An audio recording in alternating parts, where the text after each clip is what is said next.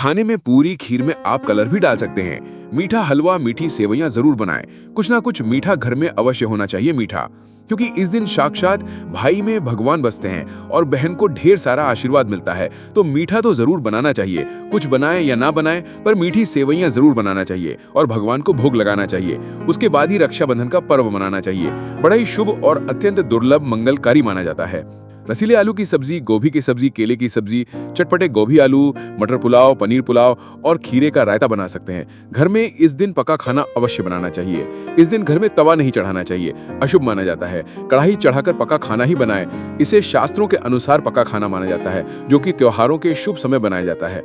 मित्रों, इसे साक्षात ईश्वर ग्रहण करते हैं। भगवान को भोग और राखी बांधने के बाद फिर उसके बाद मुहूर्त के समय भाई की कलाई पर राखी बांधने के बाद ही बहन अपना व्रत तोड़ती है और बहन को एक निवाला भाई को अवश्य खिलाना चाहिए और भाई को भी बहन का व्रत संपूर्ण करना चाहिए।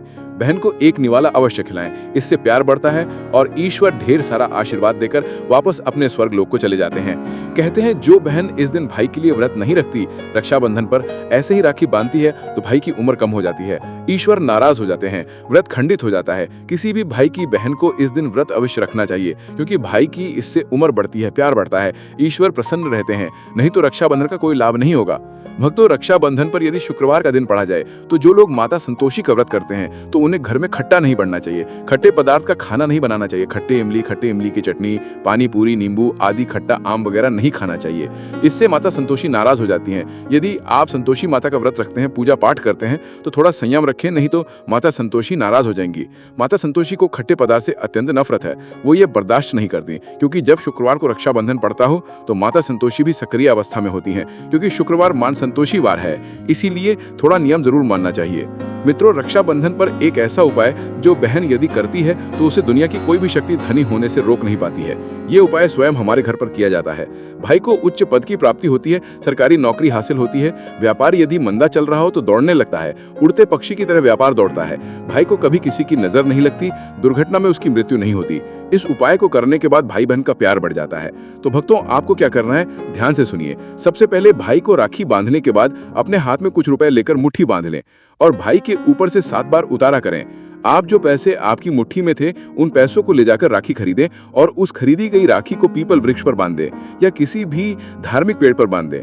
वृक्ष पर तिलक करें, मीठा भोग अर्पित करें और वृक्ष पर राखी बांधें। इससे आपकी भाई की रक्षा होगी, जय प्राप्त करेगा। ऐसा करने से बहन और भाई दोनों का कल्याण होगा, भला होगा। भाई को नजर और दोष, काल सर्प दोष, पितृदोष, राहु दोष, शनि दोष, भयंकर गरीबी का दोष कभी नहीं लगेगा। भक्तों, ये उपाय तंत्र शास्त्र के अध्ययन नंबर 54 में स्पष्ट लिखा है। यदि रक्षाबंधन पर ये उपाय किया गया तो साक्षात भाई को धनी होने से कोई नहीं रोक पाता। दिन दुगनी रात चौगनी तरक्की होती है।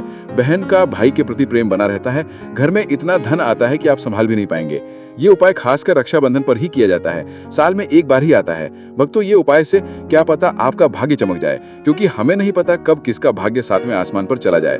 सच्चे हृदय से किया गया उपाय स्वयं ईश्वर भी विफल नहीं करते।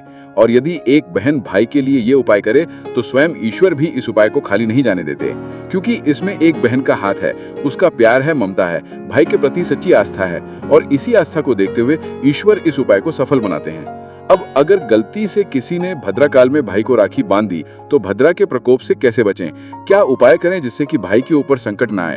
तो मान्यता है कि अगर भद्रा का हम आदर करें, विधि विधान से उनकी पूजा करें, उनके 12 नामों का जाप करें तो भद्रा के प्रकोप से आप बचे रहेंगे। साथ ही माँ लक्ष्मी के साथ साथ अन्य देवी देवताओं की पूजा करें और भाई की रक्षा की प्रार्थना करें। अन्य लेकिन भाइयों की समृद्धि के लिए आपको भद्रा काल का विशेष ध्यान रखना होगा। शास्त्रों में हर समस्या का समाधान लिखा है। भक्तों, अब बात कर लेते हैं कि मायके से भूल से भी कौन सी वस्तुएं हमें नहीं लानी चाहिए। मित्रों, शास्त्रों में कुछ ऐसी चीजों का वर्णन है जो पत्नी को अपने मायके से कभी नहीं लानी चाहिए, वरना यह पति की बर्बादी का कारण बन सकती है। हो सकता है पति कंगाल हो जाए। बेटियों के लिए हर माँ बाप का सपना होता है कि उन्हें एक अच्छा ससुराल और प्यार करने वाला पति मिले। ससुराल में उनकी बेटी का मान सम्मान किया जाए और ससुराल में कई खुशियां ही खुशियां हों। लेकिन कई बार माँ बाप कुछ ऐसी गलतियां कर बैठते हैं जिसकी वजह से बेटी को और पति को जीवन भर दुख सहना पड़ सकता है। बेटी को दी गई कुछ चीजों के कारण उसके जीवन में खुशियों के बजाय दुख दरिद्रता आने लगती है। आइए जानते हैं कि बेटी को कौन सी चीजें गलती से भी नहीं देनी चाहिए। बेटी को कभी भी मिर्च न दें, इससे उसके शादीशुदा जीवन में कड़वाहट फैल सकती है। ऐसा माना जाता है कि बेटियों के साथ मिर्च देने से उसके और उसके पति के रिश्तों में तकरार होती है। बेटी को फल या सूखे मेवे दे सकते हैं, ये शुभ माना जाता है। लोग बेटी को गृहस्थी के लिए चूल्हा देते हैं, ऐसा कभी न करें। चूल्हा देने से माना जाता है कि वे अपने परिवार में अपना चूल्हा अलग कर लें। चूल्हे की बजाय आप अन्य घर गृहस्थी से जुड़ी दूसरी चीजें दे सकते हैं। बेटी को भूलकर भी तेज धार वाली चीजें ना दें, इसका मतलब होता है कि आप उसके रिश्तों में घुलने मिलने से रोक रहे हैं। आप अपनी बेटी को मीठी चीजें दे सकते हैं। इसके अलावा बेटी को भूलकर भी अचार दे देने से उसके रिश्ते में खटास आ जाती है, जबकि आप खाने पीने की बाकी चीजें दे सकते हैं। मित्रों, अगर किसी पति को लगता है कि आपको आपके मायके से वो मान सम्मान नहीं मिलता है जिसके आप हकदार हैं और आप वही मान सम्मान पाना चाहते हैं, या अगर किसी पत्नी को लगता है कि आपके पति की इज्जत आपके घर वाले नहीं करते हैं, तो आप ये बेहद सरल उपाय कर सकते हैं। कुछ ही दिन में आपको इसका असर देखने को मिलेगा। आपके पति को वो मान सम्मान आपके मायके में मिलेगा जिसके वो हकदार हैं। हर कोई चाहता है कि समाज में सभी लोग उसका आदर करें और उसे मान सम्मान मिले। कई बार ऐसा होता है कि नेगेटिव एनर्जी व्यक्ति को उचित मान सम्मान नहीं मिलता है। वहीं ज्योतिष में कुछ ऐसे उपाय बताए गए हैं जिनके कारण व्यक्ति को मान सम्मान, धन और नौकरी आदि सभी समस्याएं खत्म हो जाती हैं। साथ ही काफी लोग आपका आदर भी करने लगते हैं। तो आइए जानते हैं कि कुछ ऐसे उपायों के बारे में। यदि आप चाहते हैं कि समाज में और आपके ससुराल में आपको मान सम्मान मिले, तो आपको रात को सोते समय एक तांबे के बर्तन में पानी लगकर सोना है और उस बर्तन में आपको सोने या चांदी का कोई सिक्का या आभूषण डाल देना है और सुबह उठकर सबसे पहले बिना मुख धोए ये उस जल को पी जाना है। ऐसा करने से व्यक्ति को उचित मान सम्मान की प्राप्ति होने लगती है। साथ ही इस उपाय से जितना भी तनाव आपके जीवन में है वह सब समाप्त हो जाएगा। आपके दिमाग में या आपके मन में कोई भी तनाव हो वह सब समाप्त हो जाएगा। रात को सोते समय अपने पलंग के नीचे एक बर्तन में थोड़ा सा पानी रखें और सुबह वह पानी घर के बाहर फेंक दें। ऐसा करने से वाद विवाद या कोई व्यक्ति आपके ऊपर आरोप लगाता है तो वह भी सिद्ध नहीं होता है। इस उपाय को करने से आपको सभी प्रकार के वाद विवाद से सुरक्षा मिलती है।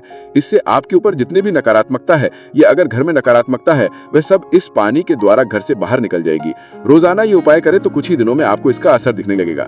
भक्तों, समाज में मान सम्मान की प्राप्ति के लिए, संबंधी समस्याओं के लिए, अथवा अगर आपको नौकरी नहीं मिल रही, आपको कारोबार नहीं चल रहा, तो आपको कबूतर और चिड़िया को चावल बाजरे का मिश्रण डालना चाहिए। वही आपको बाजरा आपको शुक्रवार के दिन खरीदना है और शनिवार से यह प्रक्रिया शुरू करनी है। ऐसा करने से बहुत लाभ मिलता है और मान सम्मान के साथ ही धन संबंधी समस्याएं भी दूर हो जाती हैं। यदि आपको नौकरी नहीं मिल रही तो आपको नौकरी भी मिल जाती है। साथ ही बुधवार के दिन गणपति जी को धूप अर्पित करने से व्यक्ति को मान सम्मान की प्राप्ति होती है। भक्तों, उम्मीद है आपको वीडियो अच्छी लगी होगी। अगर हाँ तो वीडियो को लाइक कीजिए, शेयर कीजिए और चैनल को सब्सक्राइब करना मत भूलिएगा। और साथ ही इस वीडियो से कोई भी सवाल है तो आप कमेंट बॉक्स में जरूर लिखें और कमेंट बॉक्स में सच्चे दिल से हर हर महादेव अवश्य लिखें। आपने अभी तक वीडियो को लाइक नहीं किया तो लाइक अवश्य करें।